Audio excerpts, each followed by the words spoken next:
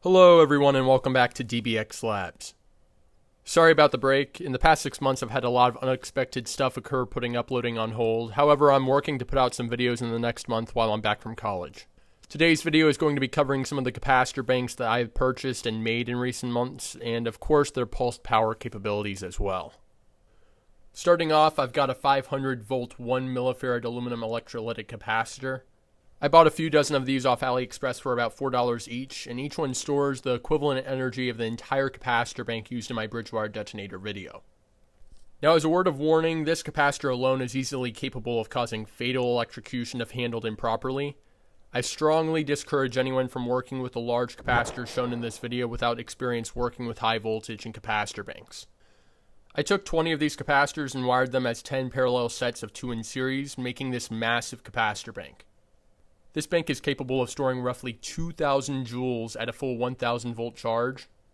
For comparison, that's about the kinetic energy of a baseball thrown at half the speed of sound, or the chemical potential energy of a half a gram of TNT.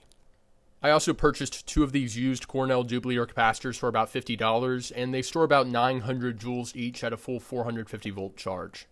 As far as sizes go, you can see they already put the impressive 1 millifarad capacitors to shame. Now, of all things that can be done with the energy stored in these capacitors, the efficiency of the energy conversion to light and sound is really maximized in aluminum foil.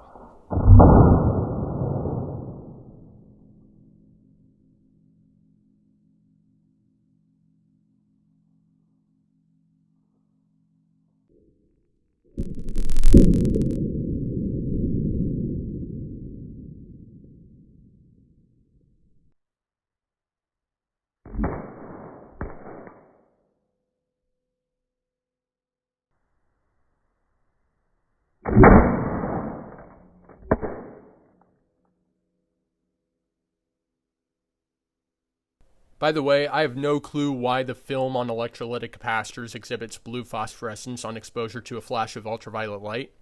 If anyone has an idea of what doping might be done to the plastic and why, please let me know in the comments.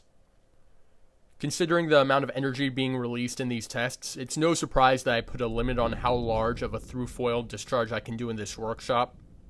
Above 1,500 joules, things start to get too loud even with earplugs and a 6-foot chicken stick. Another impressive thing that can be done with these capacitors is inductive can crushing. Because of the relatively low voltages used here, I'm not really able to maximize peak current and in turn peak induction of a coil. However, I plan to adapt the capacitor banks to fix that in a future video. Regardless, the result is still impressive.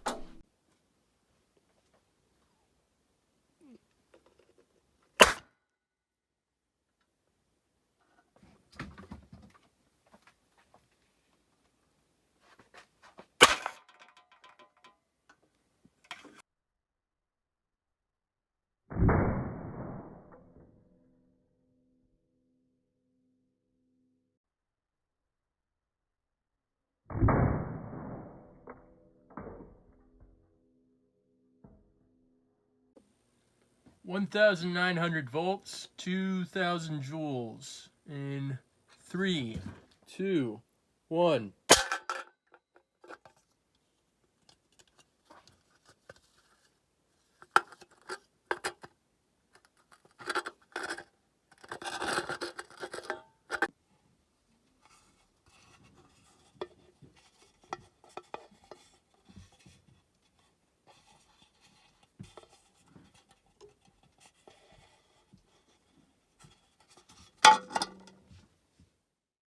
Probably the most practical thing that can be done with these capacitor banks is to use them in a coil gun.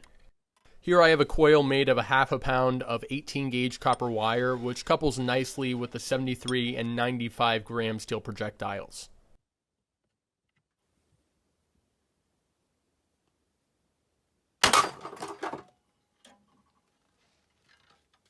The bright sparking is a clear sign that this coil gun is far from efficient, maxing out at about 1.5% electrical to kinetic energy conversion in the best of tests. This could definitely be improved through the use of solid-state switching. However, all the thyristors I have on hand fry when I subject them to the pulse power of even the smaller Cornell Dublier capacitors. While it would be neat to have a handheld multi-stage coil gun, there's many hurdles currently in the way of that happening.